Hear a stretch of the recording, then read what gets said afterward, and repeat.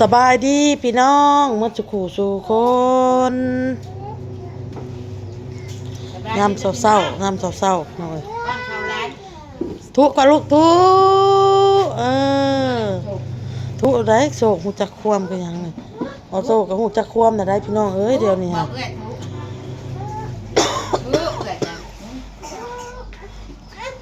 นี่ก็มึงง่ายเลยเลยนะ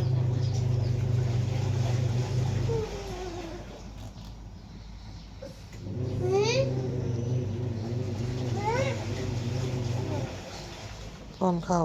ป้อนข้าวเนาะป้อนเลยมีสมปลาขายพี่น้องมานี่สมปลาแล้วก็เห็ดน้ำหัวจอกหัวใจแหละอ้นกะสิแล้วก็สิล้างผักล้างนี่แล้วก็เห็ดแจ่วแน่พี่น้องก็เพราะว่าแจ่วคิงเฮากะโอ้ยตีบุเบิ่งพี่น้องเพิ่นพากันกินข้าว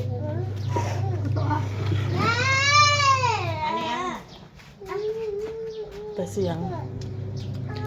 ยงพี่น้องเลย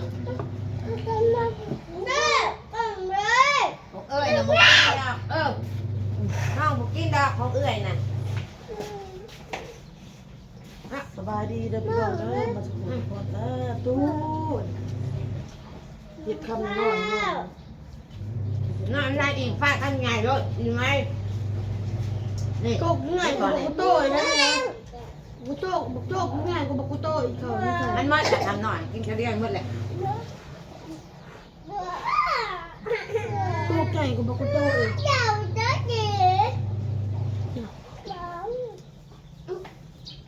อยากตีนะกินข้าวนะ ตัวโตกินยิงนะ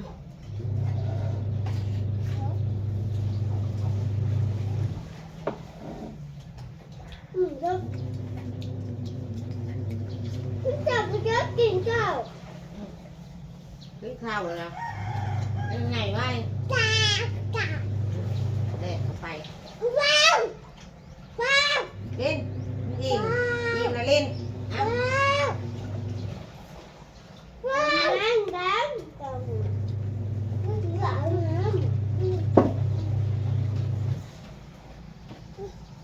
ไม่ยังซื้อเล่นนั่งบ่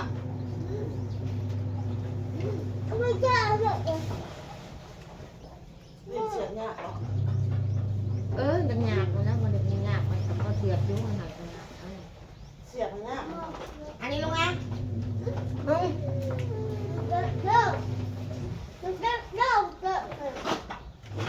ันใบกินมันกินข้าว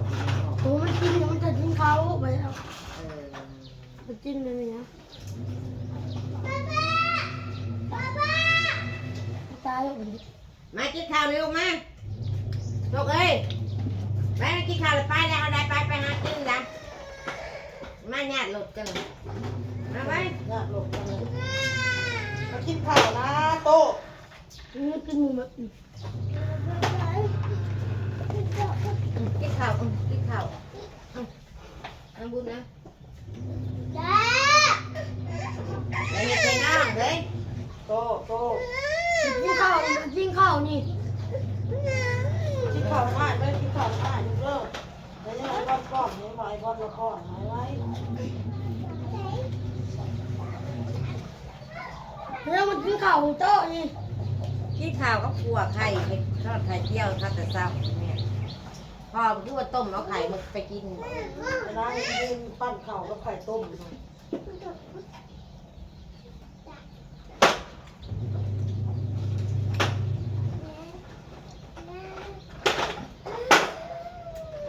โต๊ะ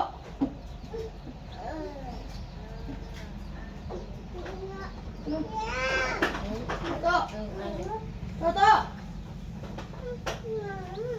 ไม่นั่ง นี่มาทำคำหนึ่ง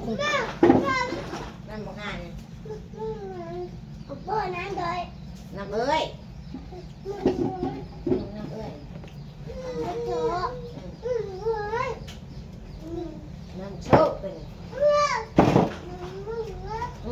กินน้ำโชคเลย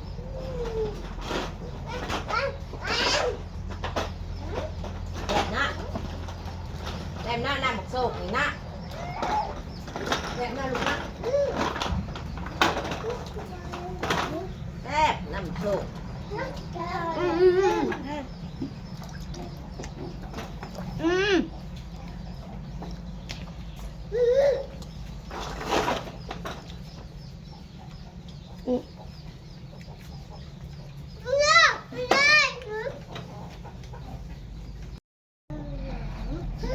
อโต้ อ่ะปักมันแก้เพิดยังบ่ได้ฮะแก้เพิดแล้วอันนี้ลูกอ่ะ ว่าจะแม่ใครจะไปทำอยู่บนนี้ หลายดี นะกินไก่เอามาวัดกันกินไก่เซนูนเขาเห็ดส่งอันนี้มันแซ่บไปกระซื้อไง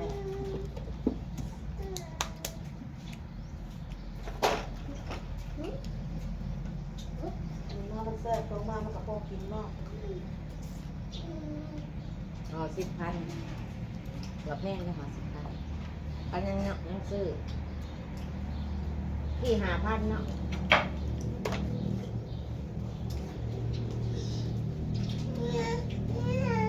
ลูกเฮ้ออันนี้อันนี้ล่ะอ่ะเด่นน้ำบอกอ่านดิเดี๋ยวลูกบ้าเลยไป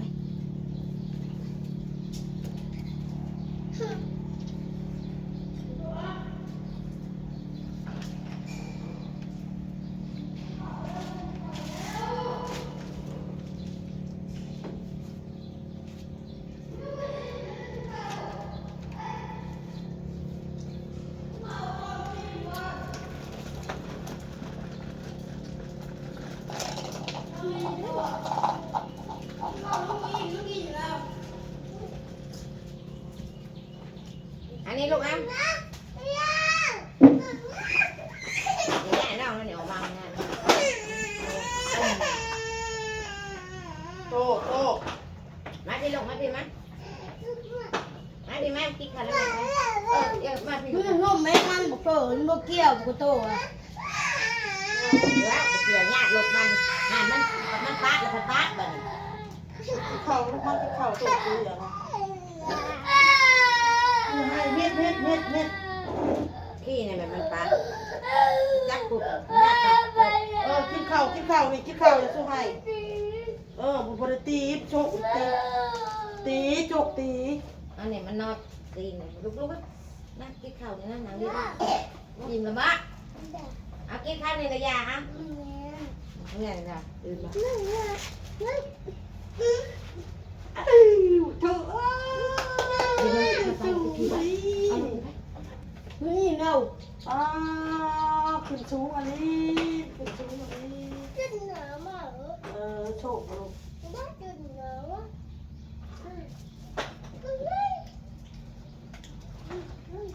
ั่งลูกนั่งลงนั่งลงบ้านเลย ไม่ลงเลิกเลยลงพุทธน่ะเอาตัวมันลงไป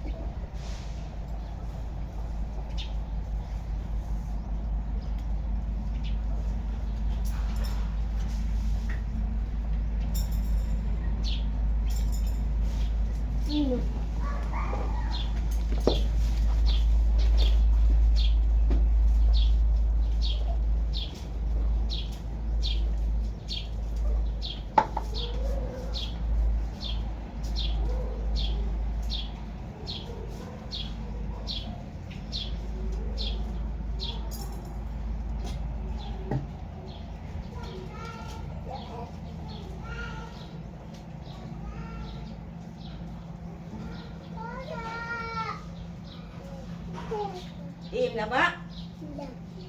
อิ่มเมื่อไร อันนี้มันยัง เอาคลิปนี้ก็ลาก่อนเด้อพี่น้องฝากติดตามคลิปหน้าด้วยจ้าบาย